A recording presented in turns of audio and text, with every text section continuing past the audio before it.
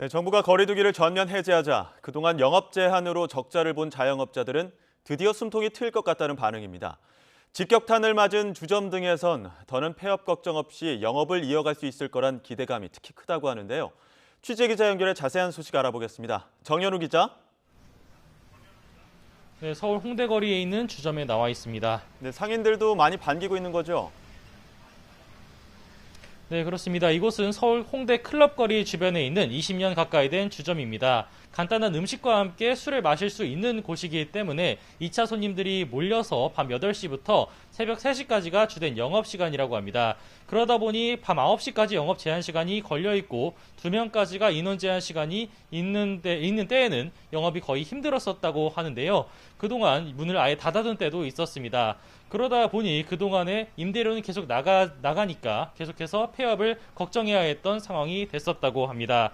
하지만 최근 자정까지로 영업 제한 시간이 풀린 데다가 오늘 나온 거리두기 완전 해제 방침으로 다시 정상적으로 장사할 수 있을지에 대한 기대감이 커졌다고 합니다.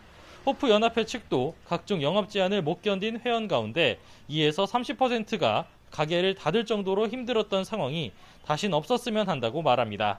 일반 식당들도 거리두기 해제를 반기고 있습니다. 홍대에서 30년 정도 영업을 이어온 음식점도 그간 사회적 거리두기가 있던 2년이 가장 심각한 폐업 위기였다고 하는데요. 거리두기 단계가 올라갈 때마다 홍대 일대 활력이 죽어간 탓이 크다고 합니다. 수천만 원 빚도 생기고 인건비 부담을 못 견뎌서 위기에 몰리기도 했지만 거리두기 해제로 희망이 생겼습니다. 지난 2년 동안 홍대거리에 사람들이 나오지 않아서 굉장히 영업하는 데 지장이 많았습니다. 만세를 부르고 싶은 마음이죠. 정말 힘든 상황에서 이제 벗어나겠다 하는 생각이 들고요. 코인 노래방 등 다른 많은 자영업자들도 거리두기가 있었던 지난 2년 동안 폐업을 목전에 두고 버텨온 게 현실입니다. 오늘 거리두기 전면 해제 발표로 각 자영업자 단체 회원이 모인 코로나 피해 자영업 총연합단체 대화방에서도 그동안 고생 많았다고 자축하는 분위기라고 합니다. 일상 회복은 반가운 일이지만 다시 감염이 번지게 되는 것 아니냐는 전문가와 시민의 우려도 공존하는 상황이기도 합니다.